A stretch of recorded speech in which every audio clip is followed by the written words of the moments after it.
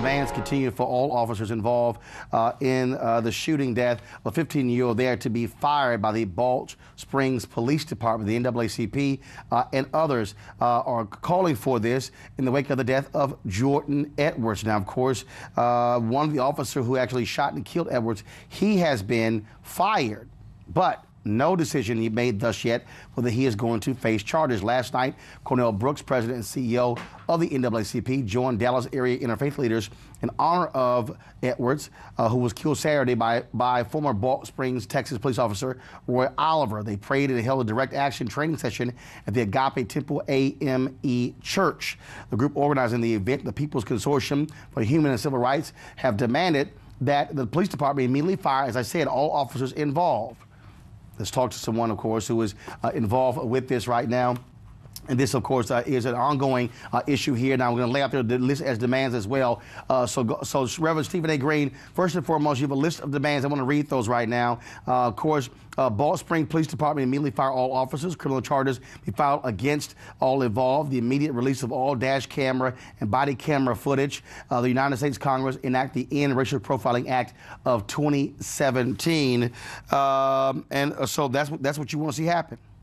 Yes, sir. We, the NAACP last night joined with the People's Consortium, which is a group of millennials here based out of Dallas, to ensure those demands and to really have a direct action training, because we know sometimes, Roland, that we march before we organize and have a strategy to make sure that our demands are met and they're effective.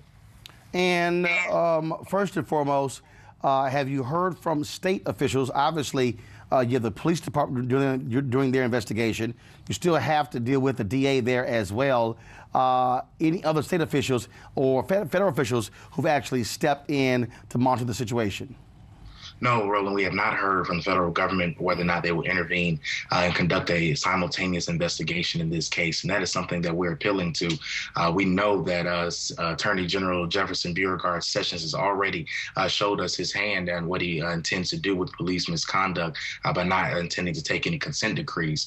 But we're hoping that that he recognizes that this case is a severe case and recognizes that the civil rights of Jordan Edwards have been violated. And it calls for them to come and intervene in this case and conduct a simultaneous investigation. So we look forward to appealing to the Department of Justice for them to intervene immediately. All right, Reverend Stephen Green, of course, National Youth Director for the NAACP. We really appreciate it. Thanks a lot. Thank you. We'll go to our panel here first and foremost. Folks, Carmen Berkeley, Principal, Can't Stop, Won't Stop Strategies. Rena Shabarara, Republican political strategist and consultant. Also, Clint Smith, author, plus Olivia Benson Galena, political strategist, founder of Civic Impact Strategies. Folks, when you look at these two cases here, again, family obviously upset when it comes to the DOJ decision. But then, of course, you have what's happening in Balch Springs.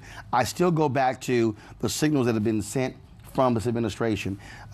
AG Sessions has made it clear that they're going to support police in every way. Same thing with Donald Trump.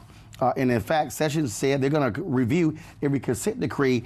I don't know if you're a family member, if you have any faith in this Department of Justice. I don't know if you can, but I think that, you know, where Dallas was very smart is they went to the police and said that the police actually need to fire this person. And to me, you know, if we know that our justice system from the courts is not going to work, then we have to make sure that we are holding the police departments accountable. Because let's face it, the police are a fraternity, and that is a group of people that work together. They're working together to cover each other up, and unfortunately they're working with the justice system to cover up all the things they're doing to our community. So I think that if we can't go after the attorneys, if we can't go after the judges, then we need to go after the police. How this story isn't dominating the news of the day is beyond me. And I think that comes down to the problem here. The mainstream media does not want to cover these stories of Black youth getting shot and killed like this. And it's just disturbing because there are 4 other people who were affected here, 4 other young people. Jordan's 2 brothers were there and 2 friends, and they had to witness this. This is traumatic. This is going to be a real issue for young people in that community. How do they feel safe? And forget the federal response. What is just the media, societal response? And I'm really saddened by that this morning.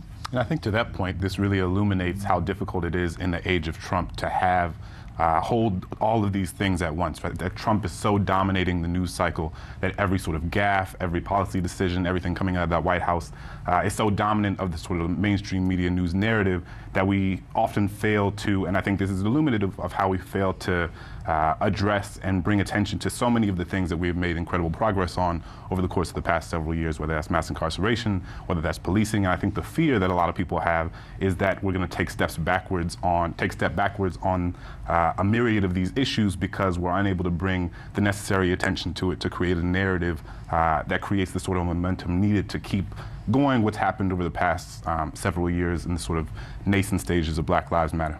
I 100% agree. I think what you create now is, like you said, a trust issue, definitely with young people in all these communities, and then communities in general with the police forces. If they can't trust the police to serve and protect, who can you trust? Well, and I think one of the things that also still jumps out, obviously you get the whole local officials accountable, which also means to folks who are out there why you must also be voting in those DA races. That's right. When it comes to who the mayor is, because that's who's also choosing the police chief. And you see the actions in Balch Springs and the actions there in Baton Rouge, you still have trigger-happy cops, horrible training, and still no accountability.